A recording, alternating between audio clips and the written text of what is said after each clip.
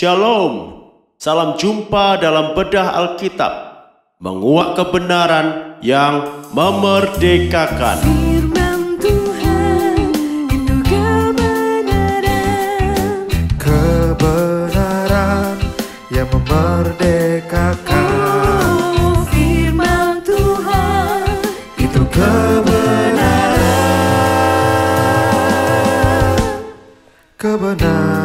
yang memerdekakan. Kita berada dalam seri pencobaan di padang gurun. Setelah gagal dengan serangannya yang pertama, iblis tidak menyerah. Dia masih tetap berusaha menggoyahkan Tuhan Yesus. Setelah jati diri gagal diserang, apalagi yang menjadi sasaran iblis? Bagaimana kalau kita menghadapi hal yang serupa?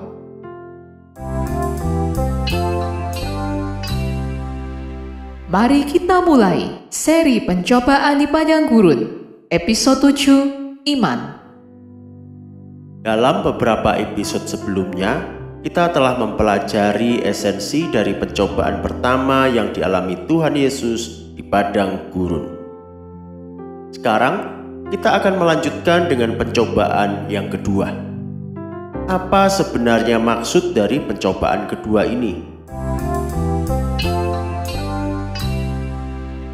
Mencobai Tuhan. Untuk memahami pencobaan kedua, mari kita perhatikan percakapan antara Tuhan Yesus dan iblis berikut ini. Matius 4 ayat 5-7. Kemudian iblis membawanya ke kota suci dan menempatkan dia di bubungan bait Allah. Lalu berkata kepadanya, "Jika engkau anak Allah, jatuhkanlah dirimu ke bawah, sebab ada tertulis, mengenai engkau ia akan memerintahkan malaikat-malaikatnya, dan mereka akan menatang engkau di atas tangannya, supaya kakimu jangan terantuk kepada batu." Yesus berkata kepadanya, "Ada pula tertulis, janganlah engkau mencobai Tuhan Allahmu." Dari jawaban Tuhan Yesus, kita mengetahui bahwa iblis telah mencoba mengarahkan Tuhan Yesus untuk mencobai Bapa.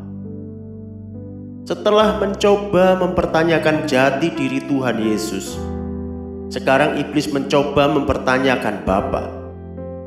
Tuhan Yesus yakin betul akan jati dirinya. Bagaimana soal Bapanya?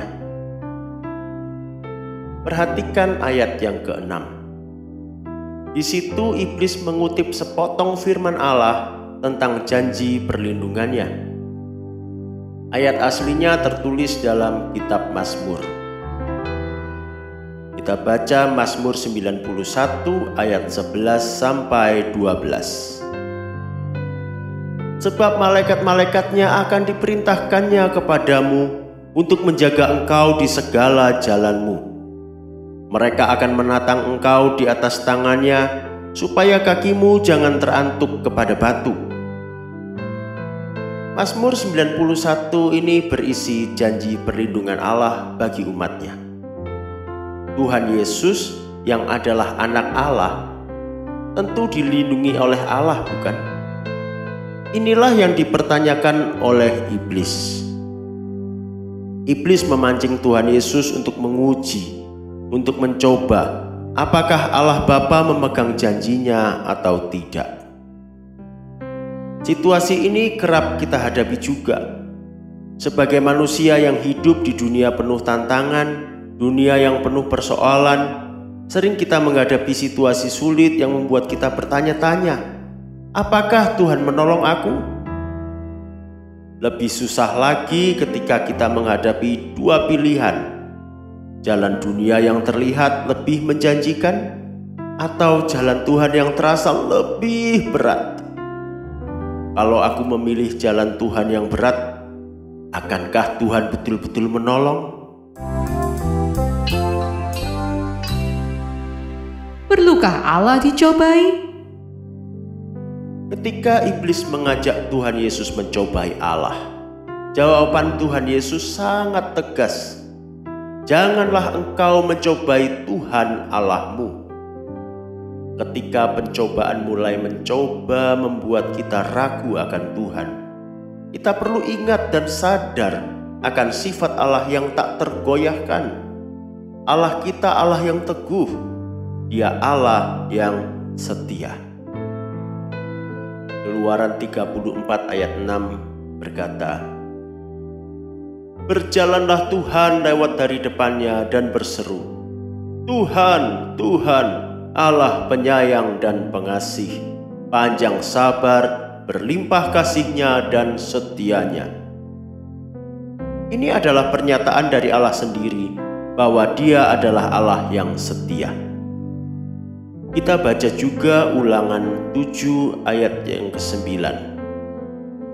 "Sebab itu haruslah kau ketahui bahwa Tuhan Allahmu, Dialah Allah, Allah yang setia, yang memegang perjanjian dan kasih setia-Nya terhadap orang yang kasih kepadanya dan berpegang pada perintah-Nya sampai kepada beribu-ribu keturunan." Dalam ayat ini Musa menegaskan bahwa Allah itu setia dan tidak akan ingkar janji. Di saat mengucapkan perkataan ini, Musa sendiri telah mengalami kesetiaan Allah yang menyertai bangsa Israel selama 40 tahun pengembaraan di padang gurun. Berikutnya kita bisa membaca dalam Ulangan 32 ayat 3 sampai 4. "Sebab nama Tuhan akan kuserukan, berilah hormat kepada Allah kita, gunung batu, yang pekerjaannya sempurna, karena segala jalannya adil, Allah yang setia dengan tiada kecurangan, adil dan benar Dia." Musa sekali lagi menegaskan bahwa Allah itu setia. Dia menggambarkan Allah seperti gunung batu yang kokoh, yang teguh. Allah itu setia, adil dan benar. Tidak ada kecurangan padanya. Allah yang seperti itu adanya, perlukah diragukan? Perlukah dipertanyakan? Perlukah dicobai? Siapa kita ini hingga kita mau mencobai Tuhan? Layakkah kita meragukan pencipta kita sendiri? Adakah iman padamu? Ketika kita meragukan Tuhan, itu artinya kita kehilangan iman. Saat kita mempertanyakan Tuhan, itu berarti kita tidak lagi percaya padanya. Ini masalah besar. Kalau kita lihat sepanjang isi Alkitab, hubungan antara Allah dan manusia itu dibangun di atas iman. Allah selalu mengikat perjanjian dengan umatnya. Ada perjanjian berarti ada kepercayaan. Tanpa kepercayaan, perjanjian itu kosong. Dosa pertama terjadi karena manusia meragukan ketulusan hati Allah. Abraham dikenal sebagai orang benar dan disebut sebagai sahabat Allah karena kepercayaannya pada Allah. Kita diselamatkan dan dijadikan anak-anak Allah karena kita percaya pada Tuhan Yesus. Iman adalah kunci relasi kita dengan Allah. Perhatikan ayat berikut ini. Roma 1 ayat 16-17. "Sebab aku mempunyai keyakinan yang kokoh dalam Injil, karena Injil adalah kekuatan Allah yang menyelamatkan setiap orang yang percaya. Pertama-tama orang Yahudi, tetapi juga orang Yunani, sebab di dalamnya nyata kebenaran Allah yang bertolak dari iman dan memimpin kepada iman. Seperti ada tertulis, orang benar akan hidup oleh iman." Perhatikan dengan seksama sikap Rasul Paulus terhadap Injil. Yakin, yang diselamatkan oleh Injil orang yang percaya. Kebenaran Allah itu dimulai dari iman dan berakhir pada iman. Orang benar hidup oleh iman. semuanya berpusat pada iman. Tanpa iman, kita tidak bisa bersekutu dengan Bapa. Tanpa iman, kita hidup dalam dosa. Tanpa iman, kita mati. Oleh karena itu, Allah menghendaki iman. Bapa ingin kita percaya padanya. Tuhan Yesus pun berkata bahwa yang dicari olehnya saat dia datang kembali nanti adalah iman. Mari kita baca Lukas 18 ayat 7-8. Tidakkah Allah akan membenarkan orang-orang pilihannya yang siang malam berseru kepadanya? Dan adakah ia mengulur-ulur waktu sebelum menolong mereka? Aku berkata kepadamu, ia akan segera membenarkan mereka. Akan tetapi, jika Anak Manusia itu datang, adakah ia mendapati iman di bumi? Di sini Tuhan Yesus berbicara tentang doa, tentang permohonan kepada Allah.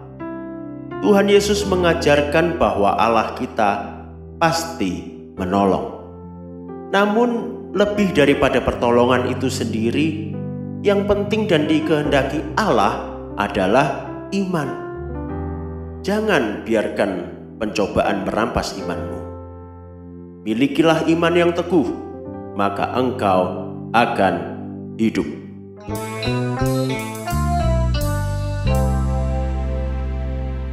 Nantikan episode berikutnya.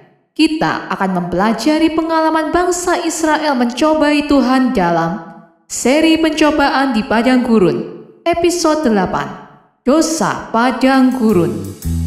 Firman Tuhan itu kebenaran, kebenaran yang memerdekakan.